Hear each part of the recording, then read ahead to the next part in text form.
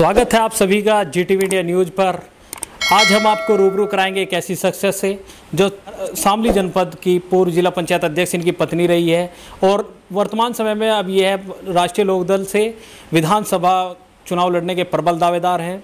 इससे पहले ये भारतीय जनता पार्टी में थे, बीते दिनों ही यह राष्ट्रीय लोकदल में शामिल हुए। हम बात कर रहे हैं प्रसन्न चौधरी जी की। स्वागत है सर आपका GTV इंडिया न्यूज़ पर। धन्यवाद भाई साहब। चौधरी साहब, 2022 का विधानसभा चुनाव नज़दीक आया है। इससे पहले आप भारतीय जनता पार्टी में थे, लेकिन जब चुनाव नज़दीक आया तो आप राष्ट्रीय लोकदल में आ गए हैं। कहीं ना कहीं जब हम क्षेत्र में जाते हैं तो ये जानकारी मिली है कि आप राष्ट्रीय लोकदल से विधानसभा चुनाव लड़ने के प्रबल दावेदार हैं। तो क्या संभावना है? देखो, ऐसा है, मैं भारतीय जनता पार्टी में था, लेकिन मैं किसान फैमिली से हूँ। हमेशा मैंने किसानों की बात रखी और मैं अब राष्ट्रीय लोकदल में हूँ। ये बात बिल्कुल जायज़ है। रही बात दावेदारी की, ये तो डिपेंड करता है जो राष्ट्रीय लोकदल के अध्यक्ष हैं चौधरी जयंत जी, उनकी इच्छा है, उनके निर्णय पे फैसला होगा। मैं तो एक लोकदल का सिपाही बनकर आया हूँ और किसानों की आवाज़, किसानों के संघर्ष की आवाज़ उठाने के लिए आया हूँ। मैं ये समझा कि इस हिंदुस्तान के अंदर यदि किसानों के संघर्ष की, मजदूरों के संघर्ष की कोई आवाज़ उठाता है तो वो राष्ट्रीय लोकदल उठाता है। लेकिन चुनावी समय 2022 से ऐन वक्त पहले आपने राष्ट्रीय लोकदल ज्वाइन की है, तो इसके बाद तो जो संभावनाओं को बल मिल जाता है ना इस बात से। नहीं, मैं आपको पहले ही बता चुका।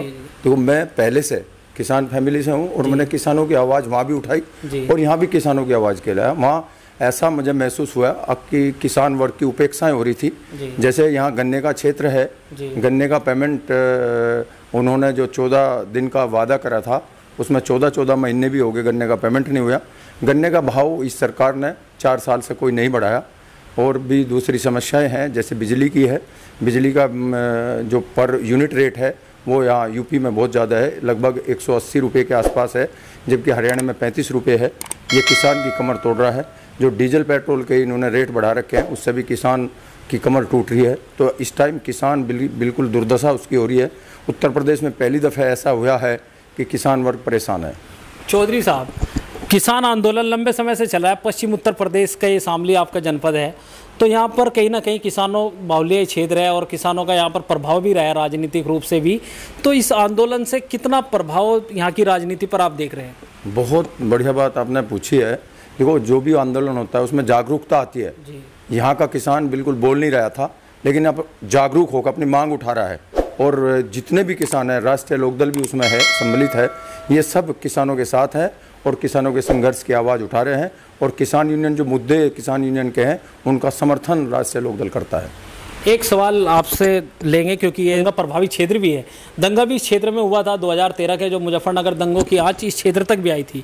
तो हम क्षेत्र में भी जा रहे हैं, कहीं ना कहीं लोगों से सवाल भी करते हैं कि जो भाई 2013 में दंगे हुए थे, उसके बाद भारतीय जनता पार्टी का इस क्षेत्र में 14 का चुनाव भी बड़े भारी अंतर से जीती थी भारतीय जनता पार्टी। 17 में भी भारतीय जनता पार्टी ने अच्छी जीत दर्ज की और 19 में भी। तो अब क्या मानते हैं आप अब इसको? अब कितना प्रभाव दंगे का पड़ेगा? ये क्षेत्र संघर्षशाली क्षेत्र रहा है। और रही बात दंगे की, यहाँ कोई दंगा नहीं हुआ था।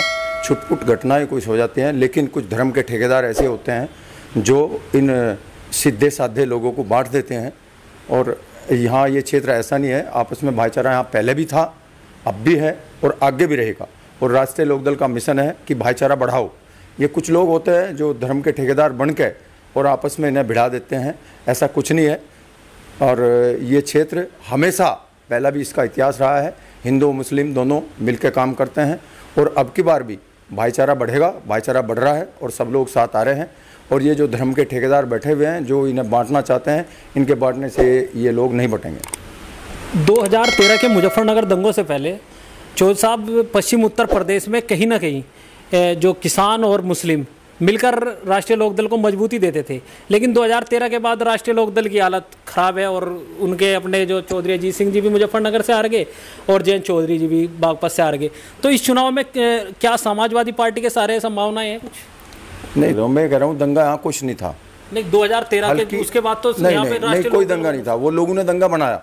कोई छोटी मोटी चिंगारी हो सकती है, आपस में विवाद हो सकता है, वो विवाद हुआ, लेकिन कुछ लोगों ने उसे बहुत बड़ा विवाद बना दिया और उसे मुद्दा बना दिया। जब भी कहीं भी इस टाइप की कोई घटना घटी है, भारतीय जनता पार्टी ने उसका लाभ उठाया है। ये मैं भी समझता हूँ कि नुकसान हुआ है और राष्ट्रीय लोकदल को भी नुकसान हुआ है, पर कहीं हद तक उस नुकसान की भरपाई भाईचारा बढ़ावे से और ये दोनों धर्म के लोग, हिंदू और मुस्लिम, एक जगह आएंगे। हमारे जो जयंत चौधरी जी हैं उनका मिशन है, और उन्होंने एक जगह कहा भी है, ये वे किसी सभा में आए थे, उन्होंने कहा था कि यदि आप हिंदू मुस्लिम तनाव से मुझे बुलाना चाहते हो, मुझे वोट देना चाहते हो, मुझे बिल्कुल नहीं चाहिए। यदि आप हिंदू मुस्लिम एकता का प्रतीक बन के और किसान मजदूर के संघर्ष का प्रतीक बन के मुझे वोट देना चाहते हो, तो मैं आपके बीच में आऊँगा और आपके संघर्ष का साथी बनकर रहूँगा। तो उनका मिशन है भाईचारा बढ़ाओ और हिंदू मुस्लिम एकता, जो चौधरी चरण सिंह का नारा था, हिंदू मुस्लिम एकता प्रतीक को वो आगे बढ़ा रहे हैं। आखिरी सवाल, अगर राष्ट्रीय लोकदल आपको यहाँ से चुनाव लड़ने का मौका देती है तो क्या मुद्दे रहेंगे क्षेत्र में? देखो, पहले तो मैं सबसे पहले आपको ये बताता हूँ कि मैं एक सिपाही बनकर आऊँ, मुझे किसी पद अगर का, मौका देती है हमने किसी पद का और किसी मौके का ज़रूरत नहीं है, पर फिर भी यदि मुझे कोई जिम्मेदारी दी जाती है तो मैं किसान का बच्चा हूँ और हमेशा किसान की बात करता हूँ, और किसान की आवाज़ को हम उठाएंगे और राष्ट्रीय लोकदल को मजबूत करेंगे।